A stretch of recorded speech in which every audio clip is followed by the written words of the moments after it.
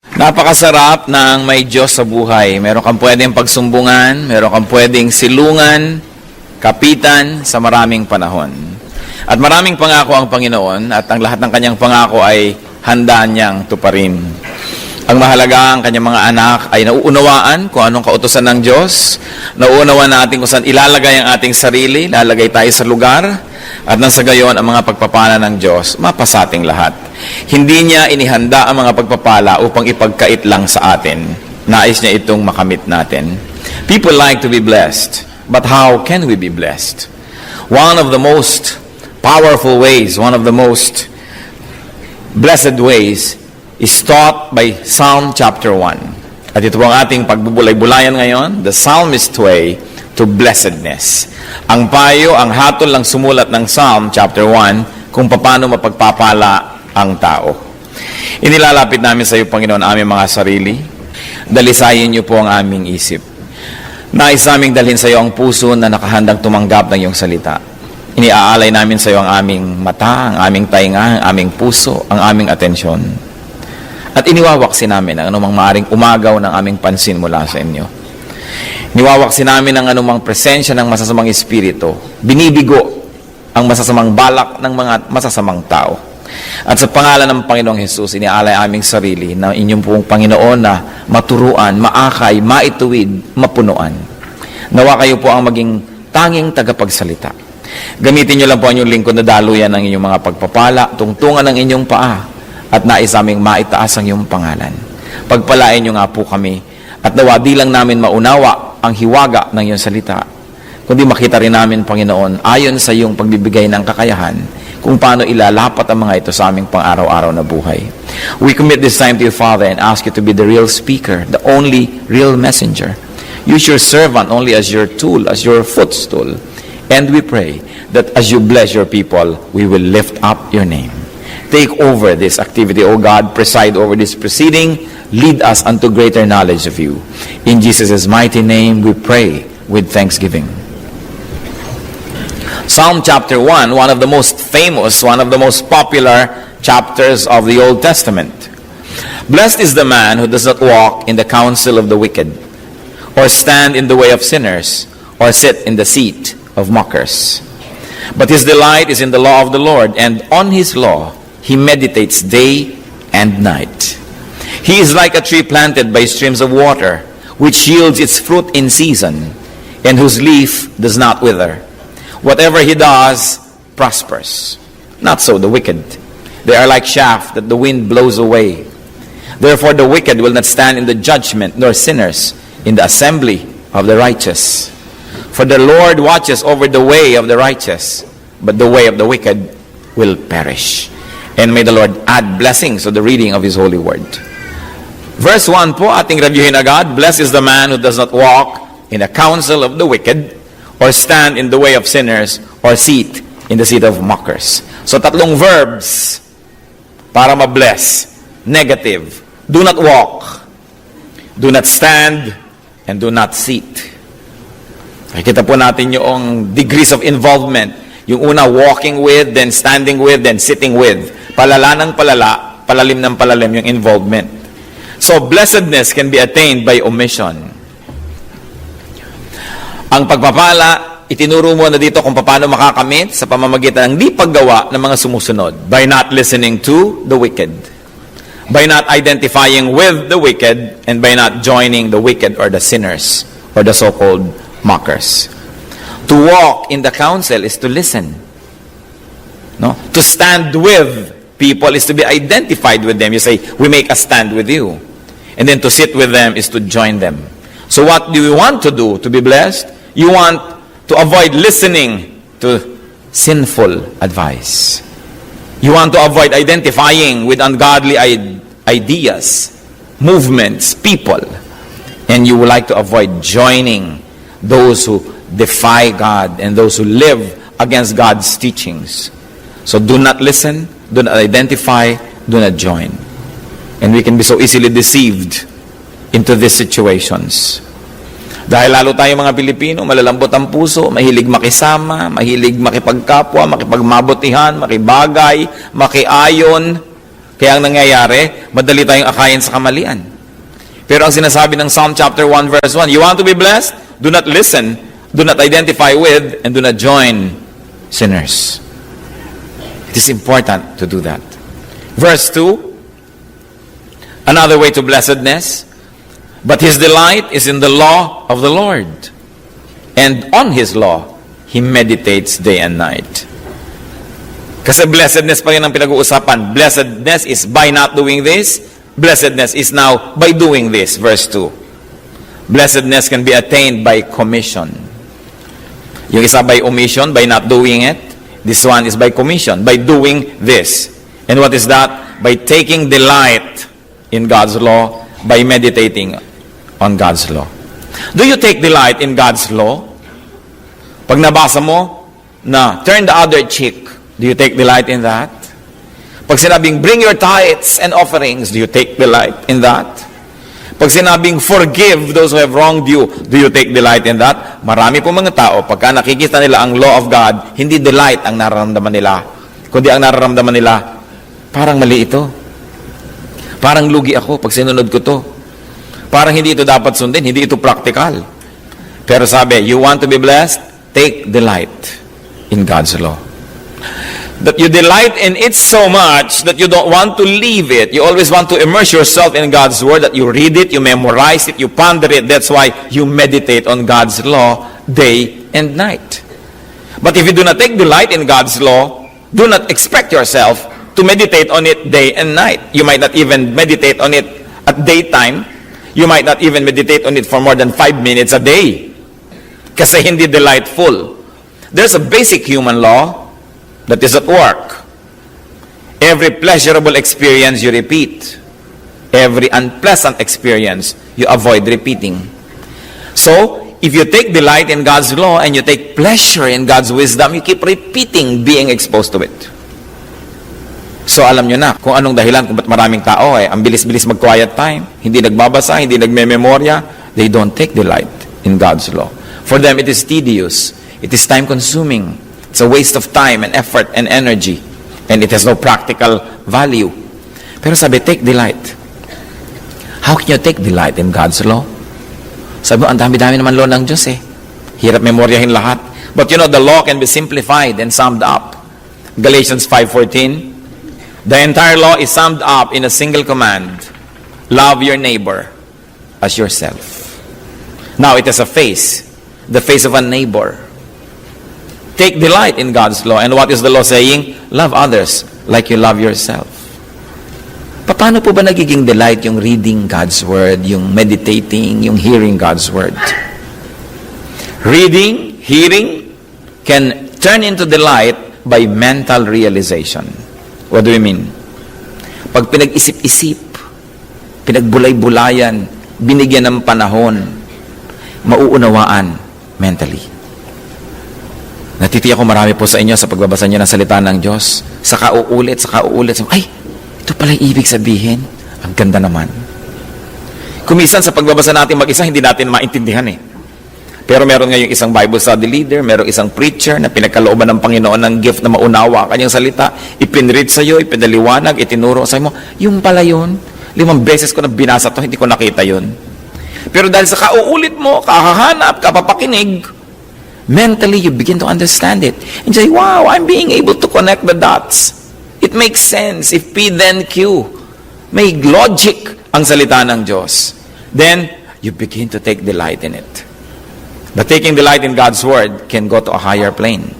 Not only mental realization, but also actual realization through practice. What do we mean? You want to understand God's law? Think about it well. Think about it often. Think about it all the time. And it will begin to unravel and you begin to understand it mentally. But there's another way to understand and take delight in it. By just obeying it.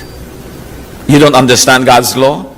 For you it's difficult. For you it's impractical. For you sometimes it wouldn't work. Obey it. Just obey. And as you obey it, God shows Himself to you. God reveals Himself to you. And you begin to see, it works pala. So you begin to say, tama talaga ang Diyos. Yung imposible kong biyanan na makasundo, sinunod ko ang inuutos ng Diyos, Lagi kong ipinagsigang ng biya. Dahil yun ang paborito niya, dinalan ko ng dinalan. Matapos sa ikalimang platong dinadala ko, hiningitianan niya ako. Tama ang salita ng Diyos. Pero kung hindi mo susunod, biyan ako na bato yun, imposible. Mabuti pa ang estatwa, ang ngingiti sa'yo, pero siya hindi. Pagka sinabi natin, imposible sinasabi ng Diyos, yung ganito, igalang may matanda, makisama ka, hindi yan mangyayari. Talagang hindi mangyayari because God's law is understood only through obedience. So gusto mo natin magkaroon ng delight in God's law? Dalawa. Paulit-ulit ko nang sinasabi ng matandaan nating lahat. One, mentally think about it, ponder about it, research, study every word, hear everybody who likes to explain it, and then put the picture together in your mind, and you'll begin to say, it's beautiful. There's another way. Hindi ko sabing either or lang to, pwede. Through obedience. Marami po sa inyo siguro, nung sinunod nyo ng sinunod ang utos ng Diyos about being generous, about giving, about tithing, nung nyo na-realize, tama pala yung sinasabi ng Diyos that I will open the floodgates of heaven and pour out blessings that you cannot contain it. But until you obeyed it, you never understood it. So kailangan sundin. Meron pa po bang inuutos ang Diyos na malinaw sa inyo mga kapatid na talagang di nyo sinusunod hanggang ngayon? Sinasabi na nga, oh wives, be submissive unto your husbands. Naku, ang IQ ng husband ko mababa. Pag sinunod ko, mapapahamak ako. So pipilitin ko pa na aking sarili, subukan nyo. Malay nyo sa pagsunod nyo sa kanya, yung IQ nyo lumipat sa kanya. At talaga makita nyo, totoo pala ang sinasabi ng Diyos. Yung sinasabi na, obey your parents, mga kabataan. Meron pa ba tayong reservation sa pagsunod sa ating mga magulang habang sumusunod sila sa Diyos? Yung sinasabi na, maging mabuti tayo, suklian ang kasamaan ng iba ng kabutihan, baka hindi pa rin natin sinusunod, kaya hindi pa natin napapatunayan na totoo. Yung mga ayaw sa inyo magpahinga, 7 araw sa isang linggo, walang ginagawa kundi maghanap buhay, inuutos ng Diyos magpahinga ng isang araw, mukulang kasi sayang din yung kikitain ko. Nasubok nyo na ba sundin? Marami pong nakakasubok niya na nagsasara sila kuminsan ng tindahan once a week. Basta once a week, kung anong araw man natapat, kasi mahalaga, magpapahinga ka, o kung bukas man yun, ikaw yung absent. Ako, pag wala ako, makukupitan ako. Pag wala ako doon, paano na yung mga suki ko? Subukan ninyo dahil sabi ng Diyos, magpahinga kayo ng isang araw Dahil marami nang sumunod dyan na ang dami niyang benta nung Lunes. Samantalang dating hindi mabenta yon kasi sumunod siya. At ngayon, kahit hindi kayo maging mabenta at hindi kayo yumaman, sumunod pa rin kayo. Kasi maraming uri ng kayamanan na ibinibigay ang Diyos, hindi lang material. So, ang nais kong ipamanik sa bawat isa, hanggang ngayon po ba, sa tagal-tagal na naririnig natin ang salita ng Diyos, pinag-aaralan, minememorya, baka meron pa rin tayong mga paboritong disobedience. Bumigay na't isuko sa Diyos so that we will begin to realize, tama ang Diyos. And then I take delight in His law. He's really right. Then, because you take delight, you really love God's law that you get to meditate on it day and night. And when you meditate on it day and night, you begin to understand it more. Therefore, you love it more. And as you love it more, you study it more, you understand it more. Don't you see it's cyclical? Pero habang hindi ka sumusunod, ayaw mo yung salita ng Diyos, palayo ka ng palayo, pawala ng pawala ang iyong gana, pawalayo ng palayo ang iyong loob. Cyclical din yon. Blessedness is by omission and by commission. Make sure you omit the right things and commit the right things. Minsan baligtad yung iba They commit wrong and they omit the good things they should do. Baligtad. That is not blessedness. Verse 3. How else is a blessed man described? He is like a tree planted by streams of water, which yields its fruit in season, and whose leaf does not wither. Whatever he does, prospers. One of the marks of blessedness is prosperity. Israel ang setting ng awit na ito. Israel is a desert. Most of it anyway. So pag sinabing you are like a tree planted by streams of water, ang laking blessing nun. Sa katuyuan po ng Arabian Peninsula, ng mga disyerto hanggang sa Ehipto. Kaya si Moses nakakita ng bush that was burning by itself. Sa init ng panahon, nagkakatuyo-tuyo ang mga maliliit na mga halaman at nagsisiklab mag-isa sa init ng panahon. Hindi nagtaka si Moses na may nagsiklab na puno. Ang ipinagtaka niya, ba't hindi maubos-ubos yung apoy? Kasi alam niyo po, sa init, isang siklab, isang iglap, tapos din yung apoy. Parang ningas kugon. Pero ang tagal na nagsisiklab, kaya niya napansin. Ngayon, gusto ko lang sabihin, sa init dyan, kaya nagsisiklab ang puno. Ano ngayon ang ibig sabihin? That you are like a tree planted by streams of water. na pagtao ka na hindi gumagawa ng hindi mo dapat gawin, hindi ka nakikiayon, nakikisama, at nakikipanindigan sa masasama, at pagkatapos ay natutuwa ka at nalulugod sa salita ng Diyos, para kang puno na nakatanim sa tabi ng mga batis. Ibig sabihin, hindi mo problema, meron ba akong tubig bukas? Baka matuyo ako, baka hindi ako mamunga. Hindi mo problema yon kasi nakatanim ka sa tabi ng batis. And because of that, you yield your fruit in season. Sa tamang panahon, lumalabas ang iyong prutas. At ang iyong dahon ay hindi naluluoy. At ano man ang gawin mo, pinagpapala, nagiging masagana. People who meditate on and take delight in God's law are blessed with necessary provisions, with fruitfulness and prosperity, and with freshness. Yun daw po ang napapala. These are the paths of blessings. Ngayon, puno kayo. Gusto nyo mabless. Gusto nyo mamunga. Gusto nyo sariwa. Pero ipinagpipilitan ninyo na doon kayo sa disyerto nakatanim, hindi mangyayari yun. Maluluoy kayo. Hindi kayo pupuntahan ng ilog doon. Nakakita ka na ba ng ilog na aalis muna ako sa ruta ko, pupuntahan ko yung tuyong-tuyong puno doon? No. Meron talagang established paths of blessings. And even in life, there are paths of blessings. Ang problema po nating mga puno, dapat tayong doon magtanim ng sarili natin. Doon tayo lumagay. Alam nyo na, nakikisalamuha tayo sa masama. Nakikipagmabutihan tayo sa mali. Tapos ina-expect nyo mabe-bless kayo? Of course not. Because that is not the path of blessings. Ngayon gumagawa ka ng tama, sumusunod ka sa Diyos. Ginagawa mo ang mabuti, masipag ka, nagtatrabaho ka. Nagpo-provide ka sa iyong mga tungkulin, sa iyong mga mahal sa buhay, nagbibigay ka sa mga kapuspalad. E di ikaw yung tree planted by streams of water dahil doon talaga dadaan ang pagpapala ng Diyos. It depends on where you position yourself. Life is all about positioning. Nakita nyo ng mga gera-gera, ang mga tao nag-aalisan sa bayan kasi bobombahin yung mga bayan para huwag silang tamaan. Yung nagpipilit na nandun sila. I remember a story. Kinukwento ng mga tatay ko sa Los Baños, Laguna. Panahon ng hapon, nagtulugan sila sa loob ng simbahan because they felt safe there. Sapagkat ang mga Amerikano na nakakulong doon sa POW camp sa UP Los Baños ay itinakas ng mga Amerikano at tinulungan ng mga taga Los Baños. Tapos hindi naman nag-iwan ng mga Amerikano ni isang sundalo doon sa Los Baños. Di binalikan ngayon ng hapon yung bayan at ginantihan yung mga taong bayan na tumulong sa mga Amerikano. Nung gabi na yon na magre-raid ang mga Hapon, nagtulugan ang aking mga kamag-anak doon sa simbahan. Pero ang daddy ko, nabalisa. Sabi niya sa nanay ko, aalis tayo dito, pupunta tayo doon sa lupa natin sa bundok. Niyaya niya ang isang kapatid niya na babae na may 2 maliit na anak. Yung asawa kasi noon sundalo, so hindi kasama yung asawa sa lakaran na yon, nakasama siya sa kuya niya. May isa pa siyang kapatid na babae na niyayayari niya, hindi sumama dahil yung lalaking asawa nandun. At ang desisyon ng lalaki, dito tayo sa simbahan. Anong nangyari? Umalis ang daddy ko at ang pamilya niya. 2 pa lang ang anak nila noon, ate at kuya ko. At yung kapatid niyang babae at yung mga pamangkin niya. At yung isang babae na iwan dahil pa siya yung asawa ng babae na yon, dun sila sa simbahan. Nilusob ng hapon ang simbahan ng gabi, sinunog at lahat ng lumalabas binabayoneta. Namatay ang tiya ko. Dahil nakapwesto sila doon sa lugar na yun eh. Yung isa kong tiya naligtas dahil umalis siya doon sa lugar ng panganib. Ganun ang buhay. Pwesto-pwesto lang yan. Saan tayo nakapwesto? Pag may nag-aaway, sino kinakampihan natin? Yung tama, yung mali, o yung mahal mo kahit mali siya? Pag meron kang gagawing negosyo, anong gagawin mo? Yung mali, yung tama, o yung mali, basta may tubo. Kung saan ka nakapwesto, huwag ka magtaka kung anong darating sa buhay mo.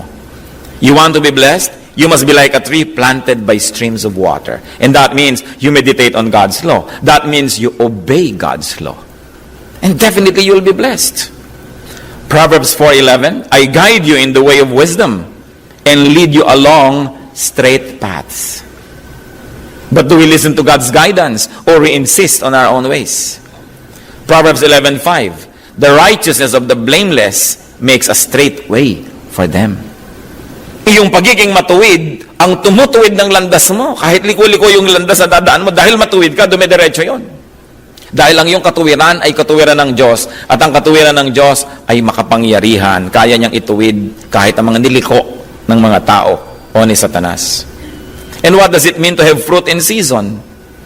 Nakikita nyo po, pag tag-araw, ano ba ang mga fruits na na-enjoy natin? Mga melon, mga pakwan, mga singkamas, yung makakatas. Yun kasi ang fruit ng season. Dry season, so anong kailangan mo? Wetness, juice. Kaya makakatas. Kasi kung ano dapat yung kailangan, yun ang sagot. O ngayon, sa inyong buhay, natapakan kayo ng ale. Anong season yan? Season yan ng dryness, ng galit. Anong lalabas sa inyo? Makatas ba na melon? O bato at babatuhin nyo yung tao? Ininis ka ng isang tao. Anong fruit ang dapat sa iyong lumabas? Pagtitimpi, pagpipigil sa sarili. Ginawan ka ng masama, anong prutas ang dapat lalabas sa iyo? Yung hinihingi ng pagkakataon. Tulad nung pakwan ay hinihingi ng pagkakataon dahil tuyong-tuyo ang pagkakataon. So anong hinihingi ng may nag-awayan? Anong lalabas sa iyong prutas? Enlightenment, kabaitan, kabutihan. Merong gipit na gipit, anong prutas ang lalabas sa iyo? Generosity. Kung tayo po nakababad sa salita ng Diyos, binubulay-bulay natin, pinapamuhay natin, kung anong hinihingi ng pagkakataon, yun ang prutas na lalabas sa ating mga sanga. May nakakainis, ang lumabas sa prutas sa sanga mo, baril. Binaril mo agad. Diba? May nakakainis, ang lumabas sa iyo, masasamang salita. Minura mo na. May taong galit na galit ka, ang lumalabas sa iyo, chismis, hindi chismis mo, sinisiraan mo. These are not the fruit in season. Pagka po nangyayari sa ating buhay ito, mga kapatid, lumalabas ba yung pagkakristyano natin? O sinasabi mo, pagkakaharap ko talaga yan, nalilimutan kong kristyano ako. Wow! Walang fruit. Bad pa yung fruit. Anong ibig sabihin lang noon? Balikan natin. Hindi siguro siya nag-meditate on God's law. Hindi siya nag-take delight in God's law. At siya ay nakikilakad, nakikitumpok, nakikiupo sa mga makasalanan. Kaya yun ang bunga sa kanya, yung bunga ng mga nadidinig niya, nakikita niya sa kanyang kapaligiran. Yun lang yun. The world defines prosperity as material wealth. The world defines freshness as outward looks. But remember, Psalm 1 defines prosperity and freshness as delight in God's law and obedience to God. Malinaw yung sinabi. If you take delight in God's law, you're prosperous. Whether or not you have money, whether or not you are physically wealthy or physically fresh, the Word of God says you are fresh, that you are wealthy, at the very least, in the eyes of heaven. What you might call a very poor man may actually be a very rich man in the eyes of God. And what we might call a very rich man here may actually be a very poor man in the eyes of God. Can you imagine the blessing if the world already calls you rich and heaven still considers you rich? Because it's possible. Nakita natin na napakarami mga godly people kahit sa Bible, sila Joseph of Arimathea, makadiyos na, mayaman pa. Nakita natin yung mga tao na pinagpapala na ng Diyos, si Solomon, binigyan na ng lahat-lahat. Pinagpapala pa ng Diyos. Hindi naman ibig sabihin, pag makadiyos ka, magiging kang pobre. Although there are times, that when material poverty is the way to purity, so that we may cut our needless dependence on material things. But when the lesson has already been learned, I think that I believe that the Lord will give you what you need. Because the Lord gives us infinitely more than what we need. The Lord gives us many of the things we just want. Nilikha ng Diyos ang lahat ng kayamanan, ang lahat ng kagandahan sa mundo, hindi para ipagkait, kundi para ibigay sa kanyang mga anak. Pero unahin natin, seek first His kingdom and His righteousness, and all these things will be added unto you. That's what Matthew says. Kaya mahalaga po, ano bang una? I will take delight in God's law. How? By understanding it and by obeying it. Then I will see how it works, and I will stand it all the more, and therefore I will obey it all the more. Pero ano daw nangyayari sa mga hindi sumusunod doon sa ganitong karunungan? Verses 4 to 5, not so the wicked. They are like chaff that the wind blows away. Therefore the wicked will not stand in the judgment, nor sinners in the assembly of the righteous. So hindi daw mangyayari ito sa mga masasama. Hindi mangyayari yung namumunga, sariwa, hindi mangyayari ito. Para lang silang ipa. Ano po yung chaff? Any grain without the grain inside, yung shell niya, yun yung chaff. Ipa. And because it has no weight of its own, it has no substance of its own, when the wind blows, it gets blown away to whatever direction. Kung saan ipaling ng hangin, doon sila dadalhin. At ang mga masasama daw ay hindi makakatindig sa paghuhukom. Ibig sabihin lang, they will fall because of their wickedness. Hindi pwedeng makihalubilo ang mga sinners sa assembly of the righteous after the judgment. So there will be a great division. There will be a great division after the judgment. And it is important to bear that in mind every day. The wicked are described as being like chaff. The wicked will not enjoy justification, and they will never enjoy fellowship with the righteous.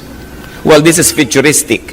Kasi sinabi, the judgment. He will not stand in the judgment. It's a definite judgment day that is being discussed here. But although that very specific judgment is futuristic, it is also here and now.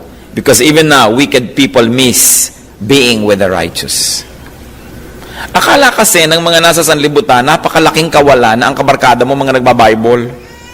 Naku, mahirap kasama yung mga yan, puro don't do this, don't do that. Akala nila puro bawal, puro lungkot, puro pagdurusa. Hindi nila alam kung ano ang ligaya, ano ang kapayapaan na natatamo ng mga taong malapit sa Diyos. But then again, you need to experience it to know it. Many people think that only the godly that miss out on nice things. Actually, the ungodly miss out on many great things. The ungodly can have nothing more than pleasure. Joy is elusive to them. Pleasure, joy, sobrang magkaiba yun. Luke 19:41 to 42. Ano po ang naramdaman ng Panginoon nung makita niya yung Jerusalem?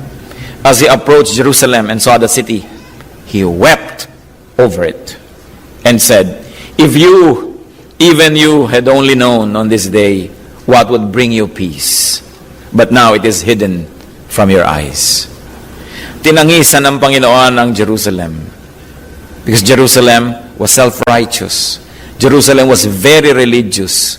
Jerusalem was steeped in tradition, almost very ethnocentric, proud of its own race over all other races on earth, proud of its heritage. But the Lord knew that the people didn't have peace. Napayak ang Panginoon kung alam nyo lang kung ano magbibigay sa inyo ng kapayapaan. Pero hindi nyo alam, may takip ang inyong mata. Anong ibig sabihin ng Panginoon? Heritage will not give you peace. Religiosity and religious activities will not give you peace. Dahil meron pa bang mas religyoso kaysa sa Jerusalem? Knowing the Word of God by heart and by your mind will not give you peace. Memorizing it and declaring it will not give you peace. Your feast and your offerings and your 5 prayers a day will not bring you peace. Sa inyo, hindi nyo alam kung ano yon. Kaya niya iniyakan at naawa siya sa Jerusalem. Hindi nila kilala si Kristo. Ang dami nilang kaugalian, ang dami nilang tradisyon, ang dami nilang prosesyon, ang dami nilang pista, ang dami nilang ritual, pero hindi nila kilala si Kristo. Kaya sabi ni Lord, hindi niyo ako kilala, wala kayong peace, kawawa naman kayo. Gaano karami sa ating bayan ang kilala ang Panginoon? Ang dami din nating pista, ang dami din nating dasal, ang dami din nating ritual, ang dami nating relihiyon, ang dami nating mga bahay dasalan, pero bakit pagkaagulo-gulo at pagkahirap-hirap at pagka-demoralize ng bayan, kilala ba si Kristo? Ang Panginoon ang kapayapaan. At kung meron siguro isang pinakamahalagang bagay sa mundo, yan ay kapayapaan. Kasi kahit malusog ka, hindi ka naman mapayapa, wala rin eh. You can always buy a bed, but you can never buy sleep. You can buy food, but never appetite. You can buy entertainment, but never peace. Kaya mahalaga ang Panginoon, maalala. Tayong mga nasa Panginoon, hindi tayo dapat nagkukulang na ipakilala ang Panginoon sa iba. Dalhin sila sa ating mga Bible studies, dalhin sa ating mga worship services, dalhan ng ating bahay ng mga teacher, dalhan nating mga kamag-anak ng mga magtuturo. Sapagkat yun ang magbibigay ng pinakamahalaga, kapayapaan. Paano ka magkakaroon ng kapayapaan kung takot ka mamatay? Dahil hindi ka handang mamatay, hindi ka handang maharap sa Diyos, alam mo naman, any moment, pwede kang mamatay. Just 1 second is what it takes for you to join statistics. Pwedeng mamatay. Pwede kang malaglagan ng Skylab, pwede kang matetanong, pwede kang matamaan ng ligaw na bala, pwede kang bangungutin, magka-heart attack, ang dami. Kaya ang tao takot eh. Kung handa kang humarap sa Diyos, bagamat hindi mo naman gustong-gustong mamatay, pero kung nangyari, tinatanggap mo na rin, may kapayapaan ka. How can we not tell our loved ones about the Lord? Sasabihin nila, matagal na ako, alam ko na to, may relihiyon na ako, dito na ako nabuhay, dito na ako mamamatay. Sanay na ako dito, huwag mo na akong palitan, whatever. Ang point is, may kapayapaan ba? Hindi relihiyon ang pinag-uusapan, kasi kung relihiyon, hindi na sana iniyakan ng Diyos yung Jerusalem Wala nang tatalo sa syudad na yun sa pagiging relihiyoso. Bible-based pa nga Pero sabi pa rin ng Panginoon, you don't get it. That it's not your rituals. It's not what you know here in your mind. But do you have me in your heart? That's what's important. Then verse 6. For the Lord watches over the way of the righteous, but the way of the wicked will perish. So the Lord guides and protects and restores the righteous, and the wicked will not stand for long. Huwag kayo maiinggit kahit kailan sa masama. Gumawa ng masama, nag-shortcut, gumawa ng mali, tapos parang na-reward. Nabigyan ng gantimpala sa paggawa ng mali. Anong palagay nyo sa Diyos? Tulog? Anong palagay nyo sa Diyos? Di makatarungan? Akala lang natin yon. May bayad yon. Hindi ka iinggitan ang gumagawa ng mali, because the way of the righteous will perish. The way of the unrighteous, rather, will perish. But the way of the righteous is watched over by the Lord. Blessedness is obedience to God and to God's law, with or without the world's standard of blessedness. Gusto ko itong bigyan ng diin. Blessedness is possession, not possession. Akala ng iba, may kotse siya, blessed. Meron siyang bahay, blessed. Meron siyang fame, blessed. Meron siyang maraming anak, blessed. Meron siyang pera, blessed. Hindi. Although, that can be part of true blessing. But that by itself, and that alone, is not the blessing. Blessing is not possession. It is position. If I am not sitting with sinners, if I am not walking with sinners, if I am not standing with sinners, and I am standing by God, whether I am materially rich or not, whether I am healthy or sick, I am blessed. Kung sasabihin, maka-Diyos ka pero may sakit ka, di hindi ka blessed. Aba, hindi naman sinabi na ang blessedness is health Ang sinabing blessedness, if you are identified with God, you are blessed. Ngayon, identified ka na with God, healthy ka pa, bonus na yon. Akala kasi na iba ang, nabe-bless yung church na yon dahil ang dami-dami na nila. Mga kulto nga, diba dami din So, hindi sa dami yan. Bless na bless yung church na yun, ang dami nilang funds. Marami ring funds kahit ang mga smuggler, kahit ang mga criminal syndicates at mga drug lords, marami ring funds. What is blessedness? It's not possession, but possession. As long as you are standing with God and not with sinners, you are blessed. Mahalagang hindi natin malilimot yon. Huwag nating sukatin yung spiritual blessedness with material proofs. Because many times, it is the transcendence of the material that will bring you to a higher plane of spirituality. And that's when you begin to understand it. That's why many people have to let go of their possessions, they have to let go of this, they have to let go of that. Requirement ng Diyos. Merong isang mayaman na lalaki, sabi, Lord, ano pong pwede kong gawin para sumama sa inyo? Sabi ni Lord, sundin mo lahat ng kautusan. Kasi alam naman ni Lord, imposibleng masunod yun Mayabang naman tong tao. Nasunod ko na po lahat. So, susunod na ako sa inyo. Teka, kung talagang gusto mo sumama sa akin, ibenta mo lahat ng kayamanan mo, ipamigay mo sa mahirap yung pinagbilan at sumama ka sa akin. Hindi mo pwede yan. And that man left sad because he was very wealthy and he did not follow the Lord. Yung iba, akala nila, ang requirement ng Diyos, magpakahirap ka, magpakapobre ka para sumunod ka sa akin. No. But the God of this man was money, so how can he follow God? So, ang sinabi ni Lord, talaga sinunod mo na lahat ng utos? Huwag mo na tayong lituhin sa bilang at dami. Ang utos lang ibig sabihin, love your fellow man as yourself. Yung mga pinagsamantalahan mo, yung mga inexploit mong laborer, yung mga dinaya mo sa mga business deal mo, ibalik mo lahat yung mga pera mo sa kanila, ipamigay mo, ipatunayan mo sa akin na ang Diyos mo, hindi yung greed, hindi ang money. Then, pwede ka nang sumunod. Kita nyo, hindi sumunod dahil ang totoo, hindi niya sinusunod yung law. Ang sinusunod lang niya, yung form of the law, yung legality. Bookish lang siya, pero yung essence, no. Hindi niya talaga sinunod. Parang, I go to church on Sunday, so sinunod ko physically, pero habang nandito, text ng text. Di wala rin dito yon. So, it's not only the form, but the essence. It's not only the physical level, but the spiritual level that counts. Sasabihin mo sa asawa, mahal naman kita, umuwi ako dito tuwing gabi. Sing-sing mo, suot-suot ko. Di ba? Pagka, sweldo, binibigay ko sa'yo. Pero yun lang ba yon? Maraming malalalim na kahulugan. Kaya pag sinasabing sumusunod ako sa Diyos, hindi lang yung sa mga mga patakaran, yung mga forms, mga ritual, talagang sa kalooban, ang tunay na pagsunod sa Diyos, ibigin ang kapwa. Mahalin, lingapin ang mga kawawa. Ang relihiyoso mo, pagkatapos, kuri-kuripot mo sa katulong mo sa bahay.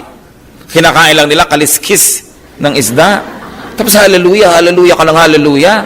Mag-donate ka, ang laki-laki. Tapos, yung mga sarili mong mga tauhan sa pabrika mo, gaw-gaw ang sweldo. So, hindi totoo. Sabi nila, magpakatotoo ka. Ang tunay na espiritualidad, malalaman kung maka-Diyos ka na talaga kung ikaw ay maibigin sa kapwa. Hindi pumasa yung tao. Kaya sabi, yun daw, unless a man enters through the eye of the needle, he cannot enter the kingdom of God. Ibig sabihin, paano ka papasok sa eye of the needle? Hubarin mo lahat ang suot mo, tanggalin mo lahat yung magpapataba sa'yo at mga sagabal para magkasya ka. Ang dami mong aalisin para ka magkasya. Maaring yun ay bisyo, maaring yun ay kirida, maaring yun ay pandaraya, isang ugali. Tatanggalin mo lahat para ka magkasya. Kaya sinasabi dito, ano ang blessedness? Obedience. And when people obey God, they are blessed. Huwag kayo nagtatampo sa Diyos. Diyos ko, mula nung nag-obey ako sa inyo, hanggang ngayon, hindi nyo pa ako binibigyan ng boyfriend. Wala pa rin akong asawa. Wala pa rin akong pera. Ano ba? Yun ba ang sinabi ng Bible na blessedness? Di ba ang sinabi din Psalm 1? When you obey God's law, and when you ponder it and take delight in it, you are blessed. So marami po siguro sa atin dito, blessed na blessed na blessed, hindi lang na-appreciate. Kasi akala natin, blessedness is magkaroon malaking hikaw, malaking bakal na umiilaw-ilaw. Although, kung binigyan ka ng Diyos yan na bonus, di salamat. Pero kung wala yan, hindi ibig sabihin, hindi ka blessed. The Bible, this chapter, strive to say the obvious, that godliness is blessedness. Because it doesn't always seem so. People have other ideas about blessedness. So ang tanong, are you blessed? Are you appreciative of what blessedness really is? Tatandaan po natin, pag ang tao sumusunod sa Diyos, blessed siya. Kung hindi man nakikita natin agad yung gantimpala ng Diyos, hindi mo naman kailangan gantimpalaan para ka sumunod. Sumusunod ba tayo sa Diyos dahil may gantimpala? No. Pagsunod lang sa Diyos, gantimpala na. Biruin ninyo, nasa grupo ka ni Satanas, umalis ka doon, lumipat ka dito, tapos sasabihin mo pa sa Diyos, nasaan po ang premyo ko? Hindi pa ba premyo na nawala ka doon sa piling ni Satanas? Hindi pa ba premyo na kasama ka ng mga anak ng Diyos at lingkod ng Diyos? Tapos naghahanap ko, nasaan ang premyo ko? What do I get for transferring to your camp? This is a very, very worldly way at looking at the whole situation. Blessedness is being with God. Taking a godly position even if you have to pay a price. Do you think Jesus was blessed? Do I hear? Amen? Blessedness bang mapako? Blessedness bang magsunog ng koronang tinik? Blessedness ba na tamaan ka ng sibat sa hintang giliran? Magpasa ng krus? Amen ba? Amen. Kasi, sasabihin mo, alam nga naman ang blessed ay yung mga komportabling mga religious leaders na nasa mga palasyo nila nung ang Panginoon ay pinahihirapan. Ang blessedness is not always sitting on a cushion, drinking cold drink in the heat of summer. Blessedness is not always having all the money and the comfort. Blessing and blessedness is doing the right thing. And if you did it, no matter what the cost, you are blessed. Panginoon, salamat sa mga paalala nyo. Huwag naming sukatin kayo na para kayong isang economic issue. Huwag naming itrato ang aming pananampalataya na para isang financial investment. Huwag naming sukatin ang lahat ng bagay sa mundo sa panukat ng sanlibutan. Turuan mo rin kami, Lord, na kilalanin ang mga kapatiran namin na talagang blessed by you because of their obedience. Numari hindi namin napapansin dahil lang hinahabol namin yung mga sikat, yung mga star, yung mga mayaman, yung mga celebrities. Bagamat sila may maaring maging blessed. Ituro mo sa amin, Panginoon, talaga yung mga pamamaraan. Kadalasan kabaligtaran ng pamamaraan na nakasanayan na namin. Turuan mo po kami, Panginoon, na kilalanin, saluduhin, parangalan yung mga taong ang blessedness nila is through obeying you.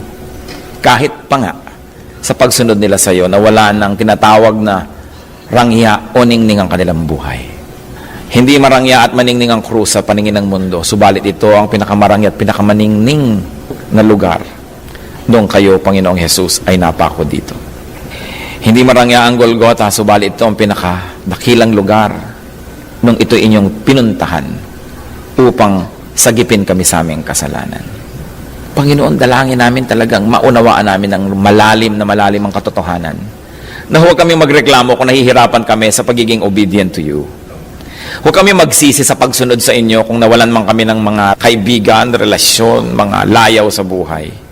Na huwag kami manghinayang sa mga natatanggal sa amin para magkasya kami dun sa eye of the needle that purifies us so we can join you in fellowship. Huwag kami, Panginoon, na mag-inggit sa mga rangya ng mundo na sumisira naman sa Espiritu. Huwag kaming malibang sa mga pandaraya ng sanlibutan na inaagaw ang aming pansin sa inyo. Tinuturuan kaming maging materialistic, maging proud. Tinuturuan kami, Lord, na maging sobrang sensuous to the point that our activities wage war with our spirit. Teach us your way. Huwag lang kaming laging makinig, huwag lang kaming laging masabing nakaka-bless ang salita ng Diyos. Kundi, Lord, mabless naman kayo pag tinitignan yung buhay namin. Kayo man magala, kayo may matuwa dahil sa inyong namamasdan sa amin. Patuloy na ipakita mo sa amin ang kahulugan ng pagiging blessed. At nawa, Lord, maging blessing kami sa aming kapwa sa maraming paraan. Mga kapatid, magbulay-bulay tayo sandali. Ipagpasalamat natin yung mga pagiging nating blessed. Kahit kung minsan, there is a material price to pay, there's an emotional price to pay. Huwag kailan pagsisisihan ang paggawa ng mabuti. At maging maingat tayo na hindi natin napapansin tayo pala'y nakikilakad, nakikiayon, nakikitumpok sa kasamaan. Hingin sa Espiritu ng Diyos na buksan ang ating mata at makita natin ang ating mga kakulangan. Ganon din, makita natin ang ating mga pagpapalang tinatanggap sa Diyos at makapagpasalamat tayo. Magbulay-bulay. Let the Spirit speak to each one personally.